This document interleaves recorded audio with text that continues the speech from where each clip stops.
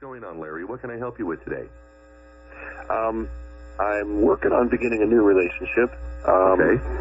But she has, of course, her own pack of children, and I'm kind of wondering what are some basic things I should work on to help me come across more pleasantly over being the arrogant, overbearing man figure they're used to. Well, Larry, I appreciate that, but my friend, you have to be you. You have to be you. You don't want to try to force yourself into a mold or, some sort of routine or pattern because you're trying to be or fulfill what you think someone else may need, because that's actually not going to work in the long run. You know, Larry, you've got some great qualities. You're a good person. You've got a good heart and a good mind, and, I believe you've got good intentions. You just have to be you. Bring out the best in you, and if it's meant to be, it'll happen. You've got some great qualities there. But, Larry, like all of us, you have this opportunity for growth and for forward movement. You continue to make growth. And so bring in prayer, bring in, God's consciousness to this, because I know you're aware. Because, Larry, you obviously do, different types of spiritual things and stuff like that. But you've got to realize, too, that, with new relationships, it's so easy to get lost in the excitement of the newness, and sometimes we can amplify and just speed things up. And sometimes it's better to take our time to really enjoy the moments and to try to get to know one another and, those kind of things. But just kind of hang in there because, Larry, as you know, you've got a lot of Gemini connected to you, and the gal that you've recently hooked up with a lot of Gemini energies, and we're in that time period right now. So, it can be this movement of up and down and yes and no and right and left as we move forward with this. But, the main thing is relax. There's no need to be in a hurry. And Larry, you've got such great qualities, my friend. You really do. You're not a desperate man. You really aren't. And I think if you had that sense of truly wanting to see the self and realize what a gift you are and such good qualities you have, you'll realize that in the right time, in the right place, in the right moment, that the right person will find you attractive. It's so true. So, my friend, you got a lot on the table and you got a lot of things to change, but you do have certain areas of your life that need to be healed, and you want to start finalizing other aspects of your life. But I know you're going to be okay, and potential is there. It's just a matter of how you as an adult and how this young woman and as an adult decides to choose to interact and act with one another. And the main thing is try not to become obsessive. You don't want to appear to be, like a stalker or anything. You know what I mean? Right. Kind of thing. And, so, just take your time. Really take your time. As you and I both know, Larry, both of you have your plates full. You've got a lot of things that need to be cleared up. We're the world's not going to blow up December 21st this year. So you do have time. Right, exactly. Mm-hmm. So, mellow out a little bit. It'll be fine.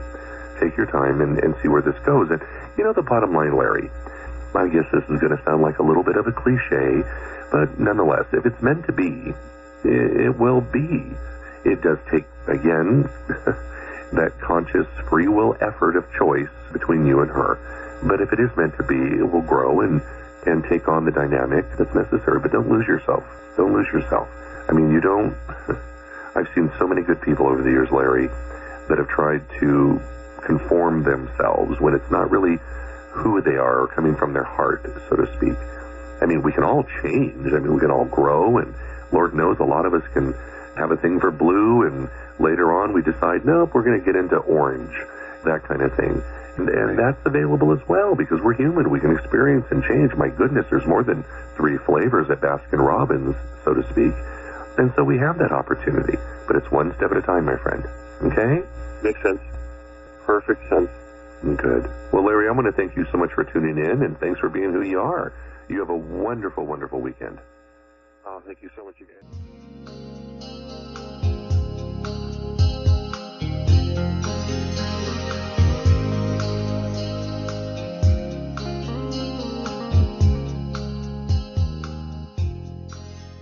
Questions or anything I can touch on for you today?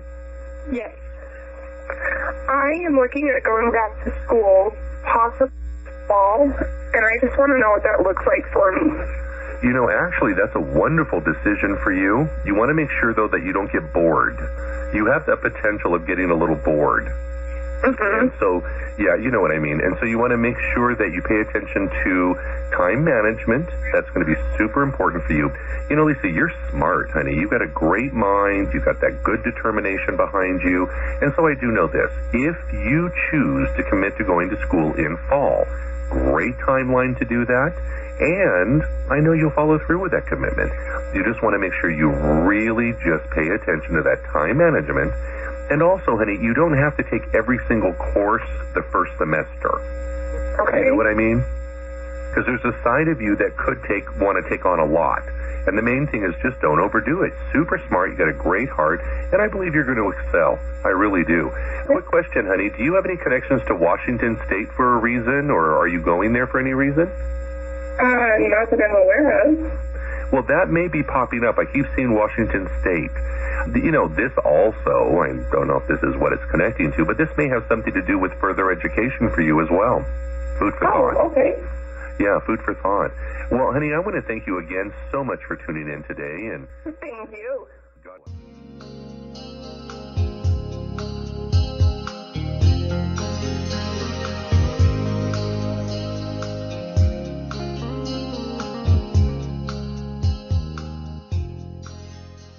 For you today?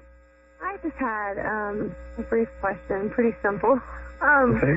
We have a 3-year-old boy, a 1-year-old boy, and a boy on the way. Do you see if we would ever try in the future a girl coming? I know, after you complete the complete baseball team. I know. We're You know, very actually, happy. Sure. I appreciate that. And I know that you love your children and you'll love the new one that's on the way. Yeah.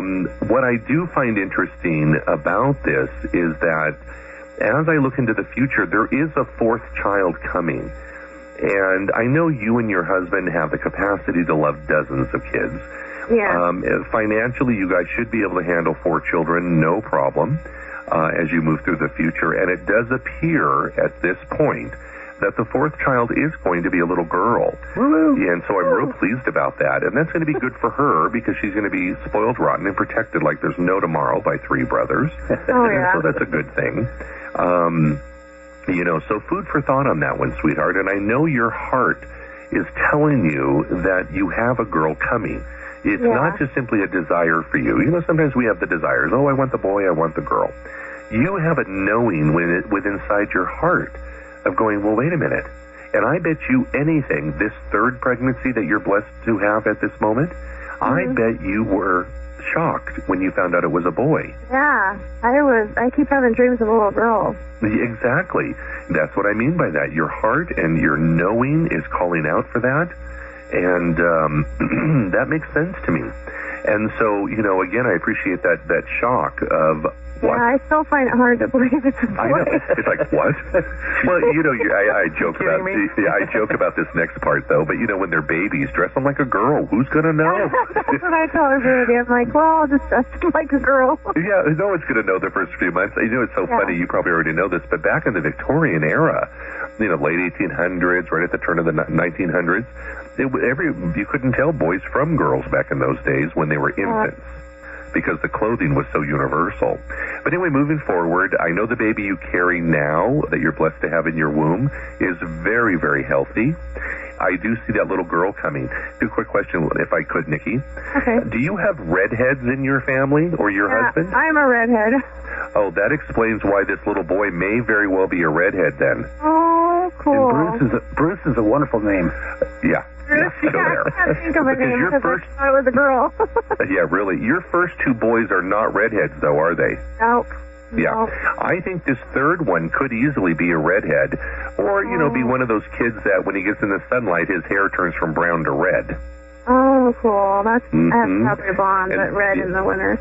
Oh, sure. And, you know, what's interesting, I get the same impression again. The 4th child is definitely a little girl. Well, do you know about how long? Let me see here. About 18 to 16 months. You need time, obviously, to let your body recoup after this next. after this next pregnancy. And so that's the timeline. And honey, without getting, too graphic here, there are certain things that your husband can do when you guys are trying to conceive that actually can raise the probability factors of a girl versus a boy. Okay. I'll have to I would research that a little bit. Like being upside down? I'm just kidding. Yeah. And I'm not. I'm not referencing like verbal threats. Yeah. Yeah. No kidding. Yeah, really. But there are a handful of things that can be done that can help determine that, because as you're aware of, it is usually the male that determines gender. Yeah. Yeah, I know. He already got an earful. Yeah, I'm sure he did. Yeah, I tell you. Yeah, it's so cute. But, overall, honey, you're going to be fine. The baby's healthy. The fourth child is a girl. I mean, I just feel so solid about that. So don't flush that wonderful girl names that you've selected to the side.